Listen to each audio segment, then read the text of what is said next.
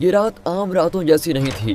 ہوا میں عجیب سا خوف تھا اور قبرستان کے دروازے پر کھڑا میں محسوس کر رہا تھا کہ آج کچھ ہونے والا ہے۔ لوگ کہتے ہیں قبرستان خاموش ہوتا ہے، مگر اس رات میں نے قبر کے اندر سے رونے کی ایسی آواز سنی جو کسی انسان کی نہیں لگ رہی تھی۔ دل چاہ رہا تھا بھاگ جاؤں، مگر میرے قدم خود بخود قبرستان کے اندر بڑھ رہے تھے، جیسے کسی ان دیکھے سائے نے مجھے بلا لیا ہو۔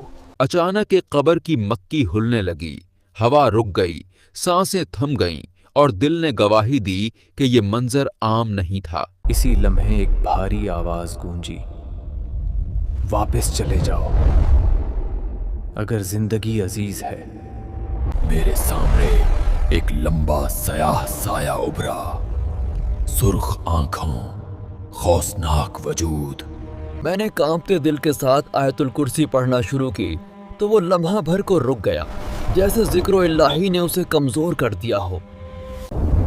اس نے بتایا کہ یہ قبر ایک ایسے انسان کی ہے جو دنیا میں گناہوں میں ڈوبا رہا، نہ نماز نہ توبہ۔ اچانک قبر کے اندر سے چیخوں کی آواز آئی، میرا جسم کانپ اٹھا اور آنکھوں سے آنسو بہنے لگے کیونکہ منظر ناقابل برداشت تھا۔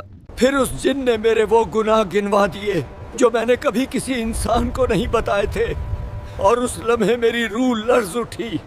میں زمین پر بیٹھ گیا اور رو کر کہا کہ میں توبہ کرنا چاہتا ہوں، کیونکہ اس خوف نے مجھے میری اصل حقیقت دکھا دی تھی۔ اسی لمحے فجر کی اذان گونجی، سیاہ سایہ غائب ہو گیا، قبرستان میں روشنی پھیل گئی۔ میں روتا ہوا مسجد کی طرف بھاگا، اور اس دن کے بعد میں نے عہد کیا کہ اب میری زندگی اللہ کے حکم کے مطابق ہوگی۔